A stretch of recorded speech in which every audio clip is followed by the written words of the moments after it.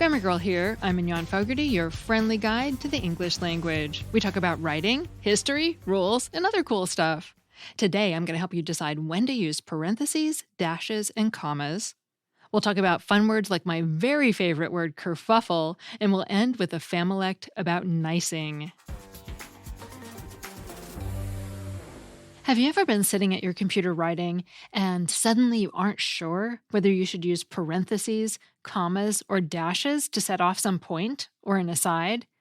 It happens to me because in a lot of cases, these marks are interchangeable, at least grammatically, but they each do give your writing a different feeling.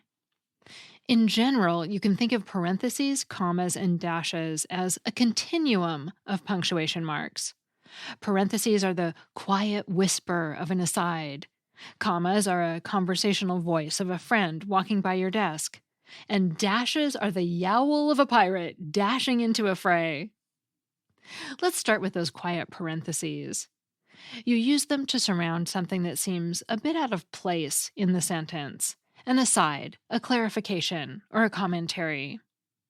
Sometimes when you go back to edit your first draft, you'll find that you can rework your sentence to include the parenthetical statement, or simply delete the part in parentheses, unless it's something like an irreverent quip you're using to set an intentional tone. Here's an example of one way to use parentheses to add additional information. The Loma Prieta earthquake, October 17, 1989, happened during a national live broadcast of the World Series, making it an especially memorable event for people who were watching. The date, October 17, 1989, is in parentheses in that sentence. It's something you want to tell the reader, but it isn't a necessary part of the sentence. If you leave it out, the reader still gets the whole point you want to make about the earthquake being a big deal to people who are watching the big game. The date isn't enough of a dramatic statement to merit dashes. And if you want to leave it in, another reason you might want to use parentheses is that the date already contains a comma between the day and the year, so to surround it with commas could make the sentence difficult to read. No excitement, already has an internal comma, that leaves parentheses as the obvious choice. Parentheses are also a sign that you could leave the material out. I mean, if it wasn't important enough to include in the main part, why do you need it? Is the date of the earthquake important enough to include? If so, you could rephrase the sentence to write, "The Loma Prieta earthquake happened during a national live broadcast of the World Series on October 17, 1989, making it an especially memorable event," and so on. Here's one that's a little different. "I'm heading out. Movie night, but I'll call you in the morning," with movie night in parentheses. Movie night is more of an aside or comment than a clarification. Movie night is so far removed from the flow of the sentence that you wouldn't want to use commas around it. You could use dashes. It just doesn't seem like enough of an interruption or dramatic statement to me to merit dashes, but that's a judgment call. You could write the sentence in a different way, of course. "I'm heading out for movie night. I'll call you in the morning." But it doesn't have that same friendly, happy feel to it. Movie night is an informal aside, and parentheses seem like the best choice in that case. And you may have noticed that the examples I've given both have sentence fragments enclosed in parentheses, but you can enclose whole clauses. At the other end of the spectrum, we have dashes. If you want to hang a spotlight on your words, decorate them with dashes. You can use dashes the same way we just talked about using parentheses to enclose fragments or whole sentences. But you'd better be sure your words are worthy of dashes. Dashes interrupt your sentence in a way that parentheses or commas don't. Here's an example. "They fled through the woods, and then George, dear sweet George, the accountant, jumped out from behind a tree and stabbed them." Now, it's appropriate to interrupt that sentence with dashes to remind the reader that the attacker has unexpected qualities. He's dear sweet George, the accountant. It's shocking. But this is English, so there's an exception to the dashes are dramatic rule. You can also consider using dashes in a more mundane sentence when the part you need to set off already has commas or is especially long. For example, you might want to use dashes to set off the list of ingredients in this sentence since the list contains commas. Squiggly's bringing all the ingredients for s'mores, dash. Chocolate, comma, marshmallows, comma, and graham crackers, dash. But not anything else will need to make them. And you might want to use dashes in this sentence because the aside is longer than the rest of the sentence. S'mores, dash, which get their name from smooshing together the words some and more, dash, are Squiggly's favorite part of camping. Just remember that when you use dashes instead of parentheses, you're generally highlighting the information instead of simply noting it or providing it as background information. Another difference between parentheses and dashes is that you always have to use two parentheses. They always enclose something. But it's fine to use one dash alone to introduce an important or exciting statement, or a statement that already has commas in it. For example, you could write, "There was only one thing missing from the pirate ship, dash, pirates." That dash is appropriate because the announcement that the pirates are missing is probably important or dramatic. In a sentence like that, where something is defined or expanded, you're choosing between the dash and a colon. You could just as properly write, "There was only one thing missing from the pirate ship, colon, pirates." That sentence doesn't just have the same wild feeling as the sentence with a dash. A colon is a more stoic, buttoned up punctuation mark than a dash. And as before, you can also use one dash to introduce a longer, pedestrian statement if the statement already has commas. So let's finish with commas. They're kind of dull, which means you should always consider using them because punctuation usually shouldn't be drawing attention to itself. There are a gazillion rules that govern how to use commas, so I'm going to limit this discussion to commas that could be used like parentheses or dashes. Commas don't interrupt your sentence, so you use them when the words you're enclosing are a natural part of your sentence, and not some flamboyant statement or comment from left field that isn't even a grammatical part of the sentence. Commas are generally used for appositives, for example, which are defining or clarifying statements after nouns. Here's an example of an appositive set off with commas. Squiggly's best friend, comma, Aardvark, comma, prefers fishing. Aardvark just tells you who Squiggly's best friend is. You could set his name off with dashes, as we did in the earlier sentence about George the accountant, or with parentheses, like we did with the date earlier, but there's no reason to in a sentence as short and straightforward as this one. Commas are also often used to set off non-restrictive elements, such as which clauses. Aardvark and Squiggly agreed that driving to their favorite campground, comma, which takes about 6 hours, comma, is the worst part of camping. Like information enclosed in parentheses, the which clause about the 6-hour drive could be left out of the sentence without changing the meaning. And I'm sure you've noticed by now, you could make a legitimate argument for using at least 2 different punctuation marks in nearly every example sentence I've given you. But these general rules may be helpful. Use parentheses when you want to enclose something that's incidental to the sentence, something that's background or almost unnecessary. Use dashes when you want to enclose or set off something that deserves a lot of attention, is meant to interrupt your sentence, or already has commas or parentheses in it. And use commas to enclose things that belong firmly in the flow of your sentence. I know it can be frustrating that there aren't hard and fast rules about when to use commas, parentheses, or dashes, but learning to use your judgment is part of finding your voice and becoming a better writer. In this case, the rules are more like the Pirates Code in Pirates of the Caribbean. They're more what you'd call guidelines than actual rules. I bet Jack Sparrow never used a comma. He seems like a dash type of guy to me.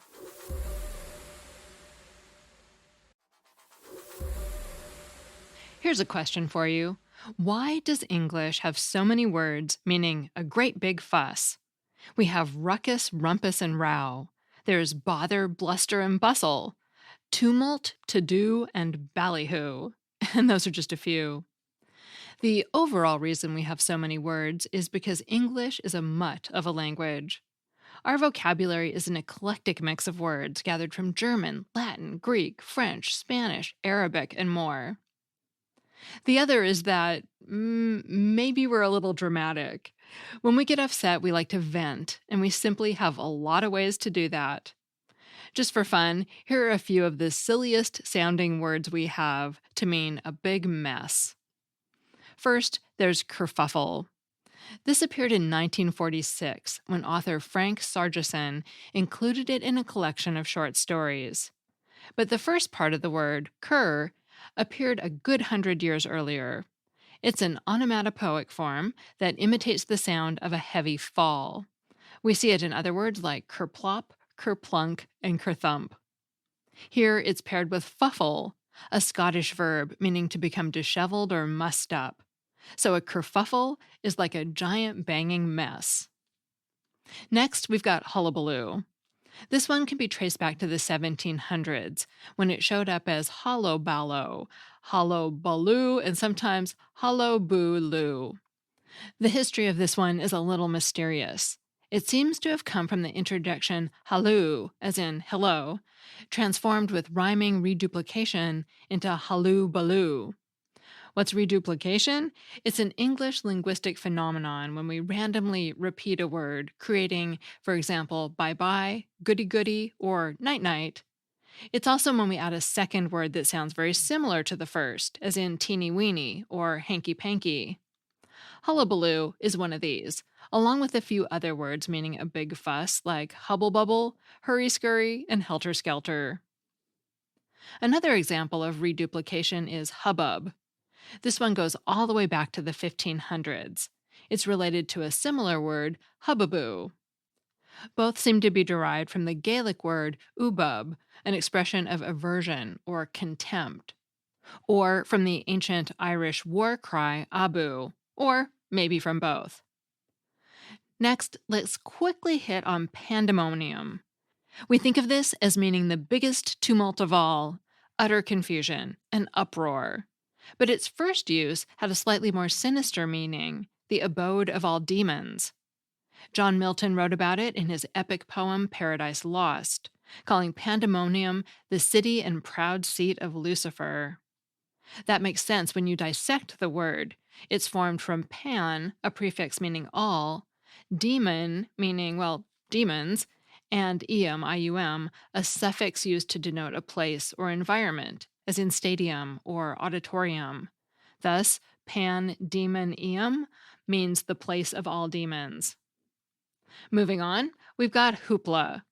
This one comes from the French interjection hoopla, which is used in the same way we might say oopsie-daisy when picking up a child, or whoopsie-daisy if they fall down. The word was borrowed into English in the late 1800s, and as it moved, its meaning shifted. It became an exclamation you might cry out after any quick or sudden movement. Then it shifted again to mean any big commotion or ballyhoo. Finally, there are a few words meaning a big fuss that seem to have just appeared. We don't know where they came from. Hurly-burly, another reduplicative, showed up in the 1400s. Pother popped up in the 1600s. Rumpus was revealed in the 1700s, and hoo-ha hit the pavement in the 1930s, appearing in the English illustrated periodical Punch. In short, we seem to have an endless number of words to mean turmoil, commotion, and a big ol' mess.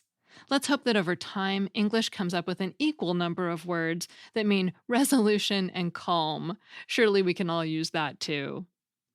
That segment was written by Samantha Enslin, who runs Dragonfly Editorial. You can find her at dragonflyeditorial.com.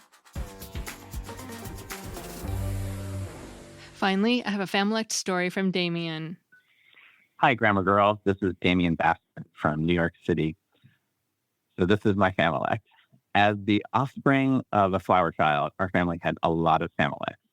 But the story of how I discovered this word was in fact a Familect and not universal makes this one my favorite.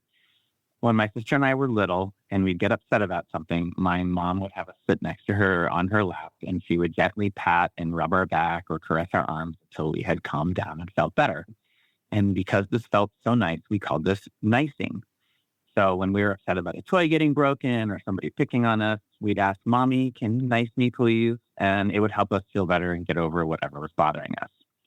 Fast forward to my freshman year of college, and my then girlfriend was really upset about something that happened in class. So naturally, I wanted to console her. And I said, hey, come over here and let me nice you. She looked at me like I was totally crazy. And I said, you're so upset. Don't you want me to nice you? So she dubiously shifted towards me, whereupon I, rubbed her back and gently patted her arm so she felt better. And that is when I discovered that nicing was, in fact, just a word my mom had made up.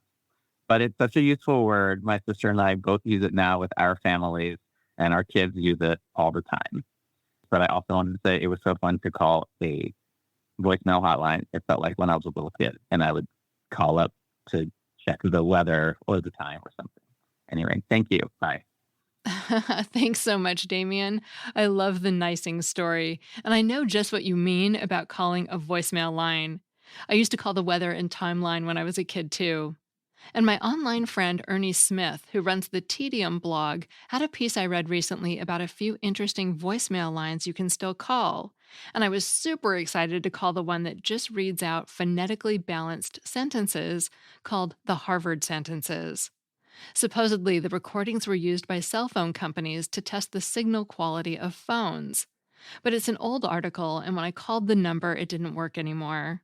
I was so disappointed, but I'll put a link in the show notes to that article if anyone wants to check it out and read more about the Harvard sentences or the other voicemail lines he featured. And if you want to recapture that old school thrill of calling a voicemail line, call and leave me a story about your Familect. The number is 83321-4GIRL. And of course, Grammarpalooza subscribers can also send a voice memo, which is more convenient, but apparently also not as much fun. Still, I send text messages with fun facts a couple of times a week too, so I hope that makes up for it. Being a Grammarpalooza subscriber is a great way to directly support the show if you can. And the first 2 weeks are free, so you can try it out to see if you like it. To sign up, visit joinsubtext.com/grammar or text hello to 917-540-0876. Grammar Girl is a quick and dirty tips podcast. Thanks to Morgan Christensen in advertising, Nathan Semes in audio, Brandon Getchis, director of podcasts, Holly Hutchings in digital operations, and Davina Tomlin in marketing, who's going to a circus acrobatics show this weekend. And I'm Mignon Fogarty, better known as Grammar Girl. Remember to look for Grammar Girl conversations in your feed. This Thursday, I have an interview with Dr. Sandra Lanehart, who's a professor of linguistics at the University of Arizona and a member of the advisory board for the Oxford Dictionary of African American English. And we're going to talk about the fascinating challenges of putting together a new dictionary and some of the great first entries the team has completed so far. That's all. Thanks for listening.